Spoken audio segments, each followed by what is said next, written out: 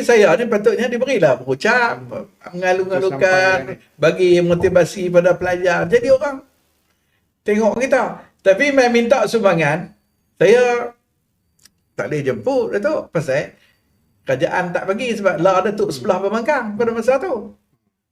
Jadi saya kata kalau gitu tak payah. Saya ahli politik.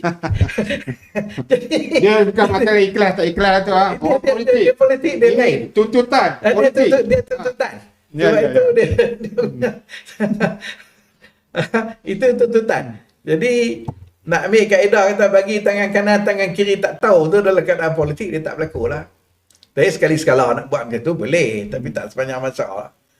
Sekali sekala hak tu macam bagi di masjid. Kita bayar di masjid, kita bubuh 50 dalam hak masjid tu siapa tak tahu tu tak apa lah cerita tu. Hak tu betul-betul antara kita dengan Tuhan lah. Buh 50 dalam apa tung hak duk edar depan kita tu, buh bila 100 ke apa kan tu siapa pun tak tahu gulung-gulung buh.